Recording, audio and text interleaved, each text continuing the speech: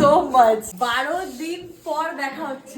এই যে এসেছি চিরদিনই তুমি যে আমার, আপনারা সবাই বলছিলেন আপনাদের ভালোবাসার টানে আবার এসেছি আজকে শুটিং এ। মনে আছে তোর ক্যারেক্টারটা? হ্যাঁ, সতীনাথ বসু অনেকদিন পরে এসেছি, সব কেমন অচেনা অচেনা লাগছে। ঠিক আছে, আমরা তো মেয়ের বিয়ে দিয়ে একটু হাত পা ছাড়া হয়ে গেছে, এই জন্য আমরা একটু কম আসছি। ছুটিয়ে সংসার করুক, মাঝে মাঝে বাবা মার সাথে দেখা হবে। একদম। শিবালি তাহলে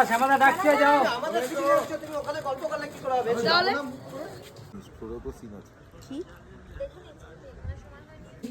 কতটা মিস করেছো আমাকে মন থেকে বলবে। Miss you so much. আমি এত মিস করেছি আমার মেকআপ রুমটাকে, এই যে সবাই মিস করেছি সবাইকে। এই তুই আবার এসেছিস কেন রে এখানে উকি মারতে? এবারে উকি মেরে বলবে ও আমায় তো আমরা মিস করোনি।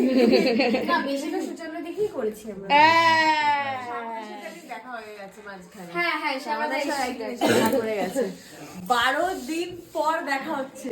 আজকে জানুয়ারির 12 তারিখ। আর আবার আমাকে সবাই বলছে আপনি কি চিরদিনীতে কবে আসবেন? এর বিয়ে দিয়েছি, এখন এদের হাতে ছেড়ে দিয়েছি সব।